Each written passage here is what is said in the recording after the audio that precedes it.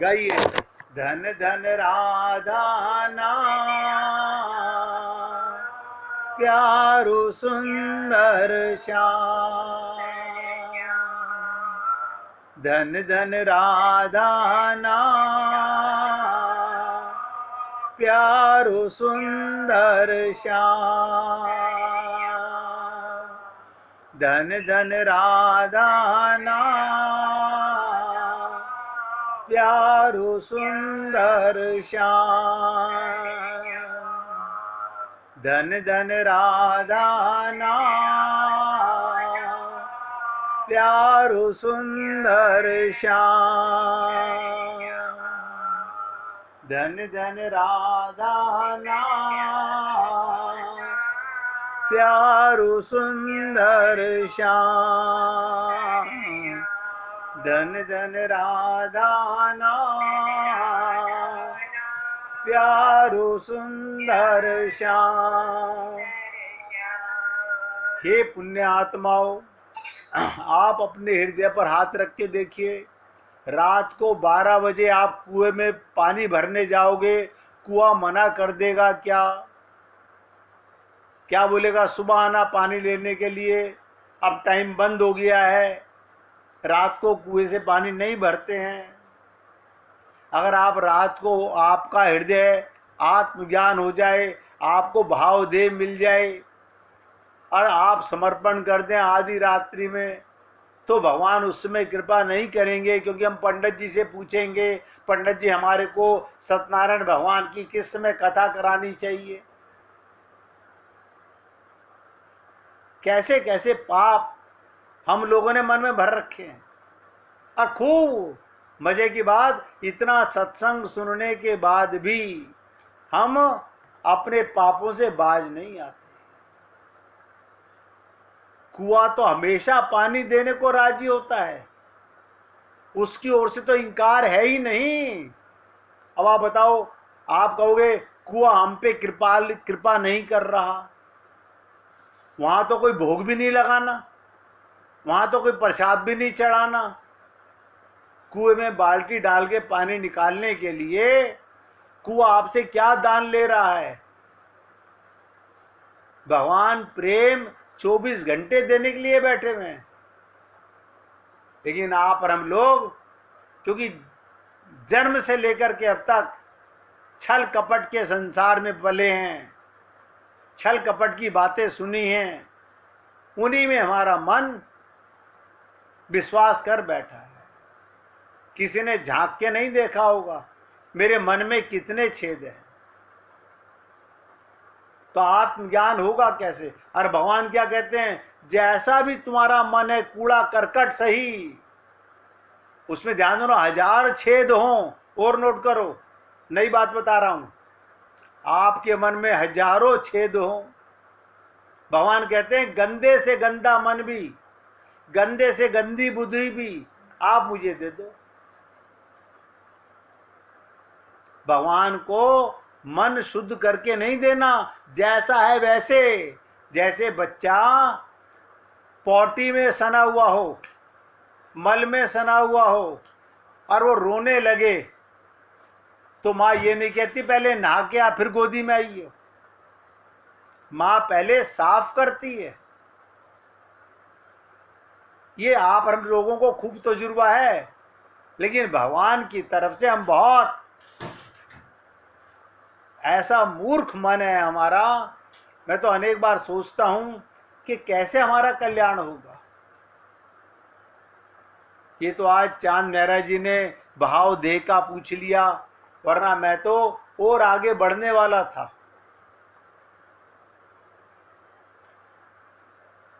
दिव्य हृदय में दिव्य प्रेम मिलता है,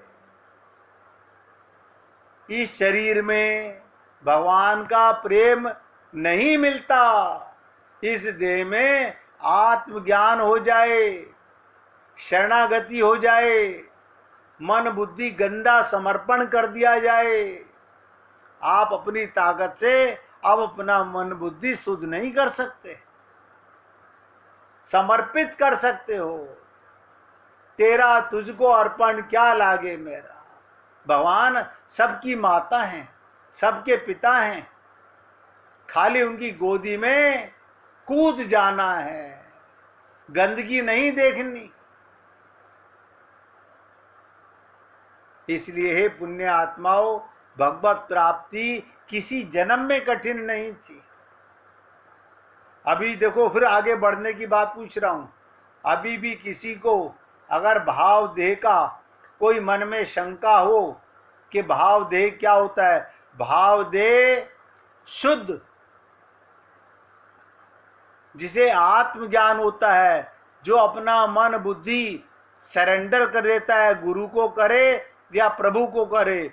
गुरु की कृपा से भी भाव देह मिल सकता है और प्रभु की कृपा से भी मिल सकता है।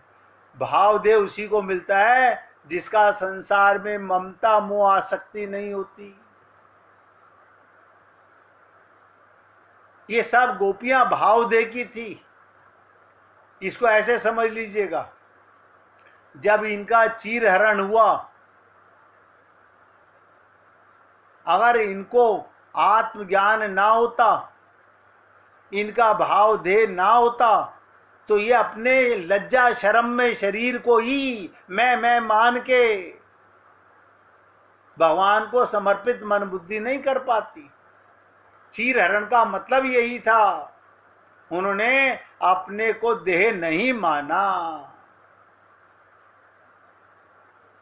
क्या भगवान ने ये पूछा कि ब्राह्मण गोपी होगी तो मैं अपने पास गले लगाऊंगा, रास में ले जाऊंगा, वैश्य होगी तो ले जाऊंगा?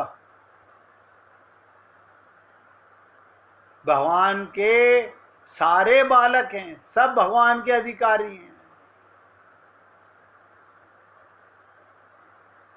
तो भगवान श्री कृष्ण का गोपियों का प्रेम दिव्यता स्पष्ट है। ये भाव देहकृत था, इसमें काम जन्य नहीं था।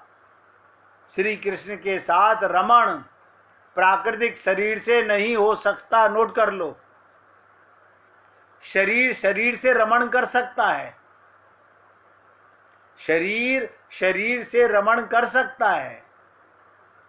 ये दिव्य देह के बिना, भाव देह के बिना परमात्मा के साथ रमण नहीं हो सकता। और आप और हम सब लोग इसी देह से भाव देह तक जा सकते हैं।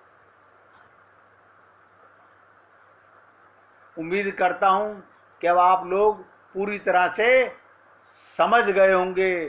भगवान की लीलाओं में कभी भी दोष बुद्धि मत करना। अब बात आती है, अब देखिए मैं आगे बढ़ रहा हूं भावदेह से। अधिकारी और कर्तव्य क्या है, ये बहुत ध्यान में रखने की बात है। इस प्रेम को पिलाने वाला, इस रास को देने वाला, सब पर कृपा करने वाला केवल भगवान ही हो सकता है। गुरु तो केवल भगवान तक ले जा सकता है, भगवान का द्वार बता सकता है, आपको आत्मज्ञान करा सकता है, आपको भाव दे सकता है। सब नोट करो। लेकिन कोई भी गुरु, एक एक शब्द पे ध्यान दीजिएगा, कोई भी गुरु संसार में ऐसा नहीं जो भगवत प्राप्ति करा दे, प्रेम दिला दे। प्रेम तो परमात्मा का काम है, वो रस भगवान का काम है, भगवान के सिवा कोई नहीं कर सकता। गोपी भाव से, ये गोपी भाव माने गोपनीय भाव से, सबके सामने शरीर नजर आ रहा है, लेकिन हम दिव्य भाव से, आत्म भाव से भगवान की उपासना करने का अधिकार सभी को प्राप्त है। बताइए, आप हम लोग वही नौटंकियां कर रहे हैं। हमारे खानदानी रीतियां ये हैं, हमारे यहाँ ये होता है, हमारे यहाँ ये होता है। कोई ये प्रेम नहीं है। भगवान की उपासना कोई नहा धो के करने की जरूरत नहीं है। कभी किसी माता पिता ने कहा कि बेटे नहा के मेरी गोदी में आना?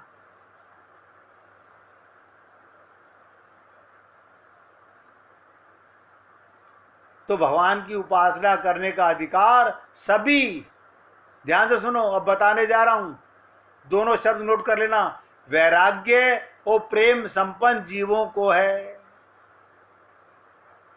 कौन अधिकारी है भगवान के प्रेम के? कौन रास में जा सकते हैं?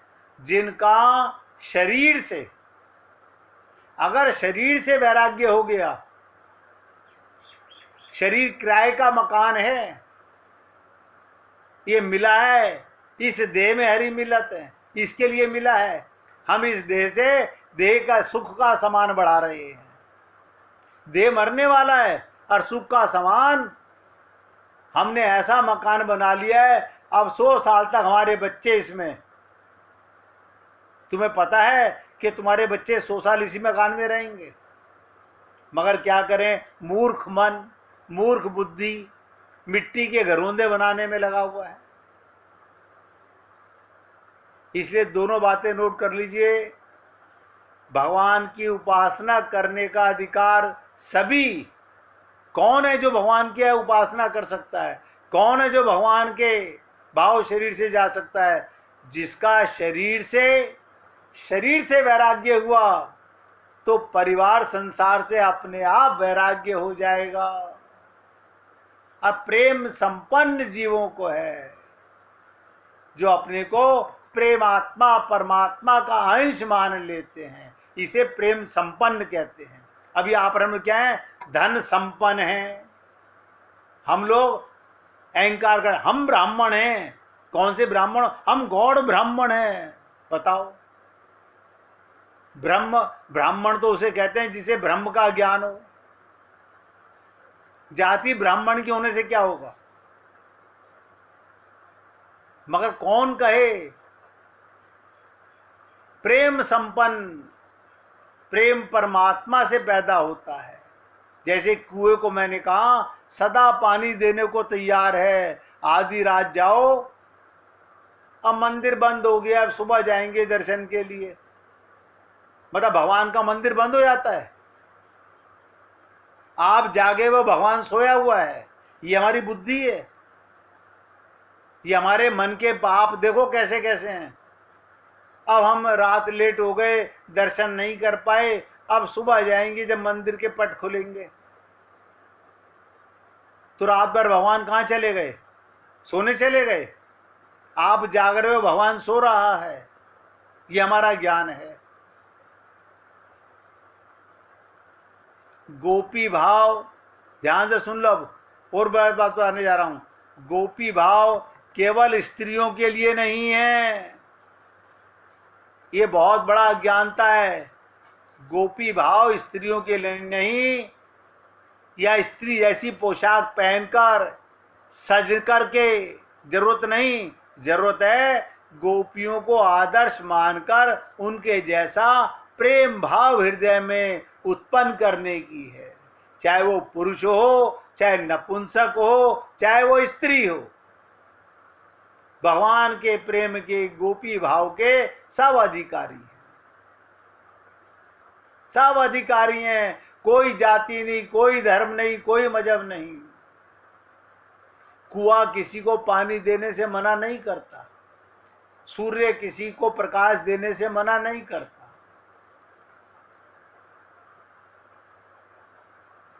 इसलिए कभी मत रखना मन में स्त्रियां तो अधिकारी हैं, पुरुष अधिकारी नहीं है। ये पोशाक पहन के जाएंगे। बहुत से मंदिरों में क्या है, आप ये पहन के नहीं जा सकते, ये पहन के जा सकते हैं। ये भगवान ने कहा है? आप बताइए मेरे को, ये भगवान ने कहा है? भगवान तो कहते हैं आप आ रहे हो तो दिल से आइए, शरीर से नहीं, हृदय से जाइए।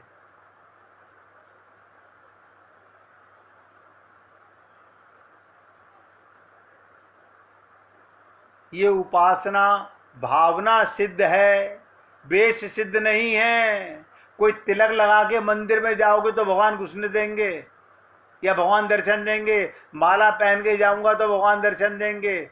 बहुत से लोग नहीं, साड़ी पहन के चलो, कुर्ता पजामा पहन के चलो तो भगवान दर्शन देंगे। जब चलो तो प्रेम भाव से जाओ, आत्म भाव से जाओ। लेकिन क्या करे ये मूर्ख मन, तकिया उसी बातों में पढ़ करके अपना जीवन बर्बाद कर लेता है। तो ये उपासना भावना सिद्ध है, वेश सिद्ध नहीं है। किसी पोशाक से भगवान ने, अब ये साधुओं को हमने गेरुए वस्त्र में देख लिया, अब आपको नहीं पता 1,00,000 में 99,000 साधु बेईमान होते हैं और सारे गेरुए वस्त्र धारण किए हुए होते हैं। आप क्या करोगे? उन्हीं में डाकू भी होते हैं, उन्हीं में चोर लुटेरे भी होते हैं। वो छुपने के लिए ये पोशाक धारण कर लेते हैं। आप कैसे पहचानोगे?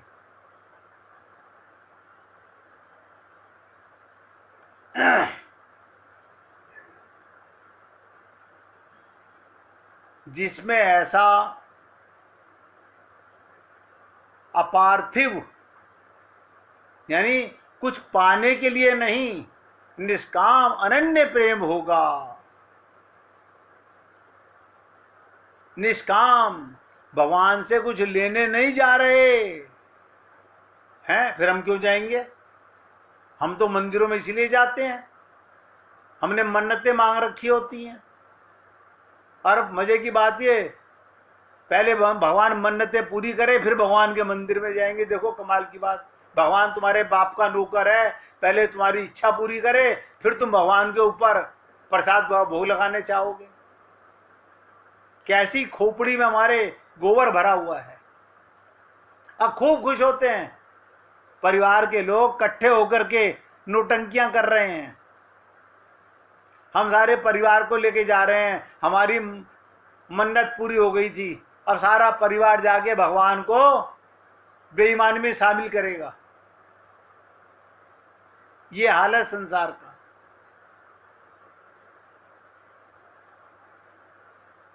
बिना अर्थ के निष्काम भाव से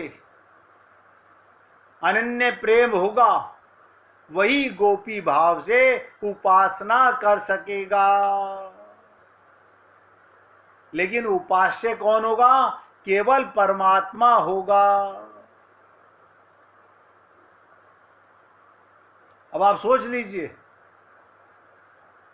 आप चाहते हो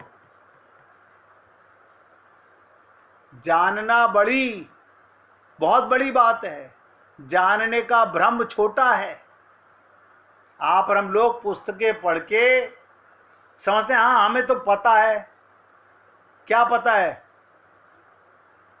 राम एक्टिंग कर रहे हैं, तुम्हें क्या पता है राम के बारे में? कृष्ण एक्टिंग कर रहे हैं, तुम्हें क्या पता है कृष्ण के बारे में? सोचो, सत्य के संबंध में जाना जा सकता है, बहुत जाना जा सकता है। सारे विश्व की पुस्तकें भरी पड़ी हैं, पटे पड़े हैं, मगर वो सत्य को जानने की व्यवस्था नहीं है। सत्य को जानने की प्रक्रिया बिल्कुल उल्टी है। सत्य कोटियां तोड़ देनी होंगी, सब श्रृंखलाएं विसर्जित कर देनी होंगी, सारे बंधन काट देने होंगे। सोच के देखो, सारी धारणाओं को नमस्कार कर लेना होगा। ये हिंदू की धारणा, ये मुसलमान की धारणा, ये जैन की धारणा, ये सिख की धारणा, ये पारसी की धारणा, सब विदा कर देना होगा। क्योंकि जब तक तुम्हारे मन में धारणाएं हैं, जब तक पक्षपात है, जब तक तुम मानकर चल रहे हो, तब तक तुम उसे ना जान सकोगे। भगवान को पाने के लिए, भगवान का प्रेम पाने के लिए मिटना पड़ता है। जो मिटने को तैयार हो, ध्यान से सुनो, भगवान कहते हैं ना, जैसे तुम्हें आते हैं ना आने के बहाने, ऐसे ही किसी रोज ना जाने के लिए आओ। कभी मिटने के लिए जाओ, तब समझ में आएगा समर्पण क्या होता है। हम गए तो थे पति की पत्नी बनकर, बच्चों की मम्मी बनकर, ध्यान से सुनो, रिश्तेदारों का रिश्ता, लेकिन जहां गुरु के पास गए, जब आए तो हम शरीर में खाली खोल रह गया, अंदर से मन बुद्धि बदल गया, मन बुद्धि समर्पित हो गया।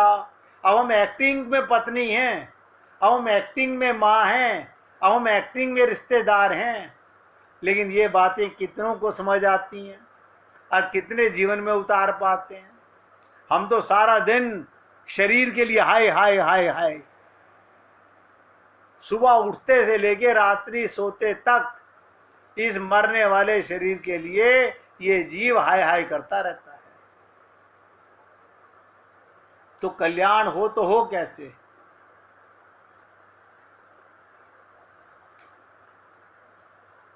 जब व्यक्ति शरणागत हो जाता है तो 1 मिनट कीर्तन कीजिए, फिर क्या गा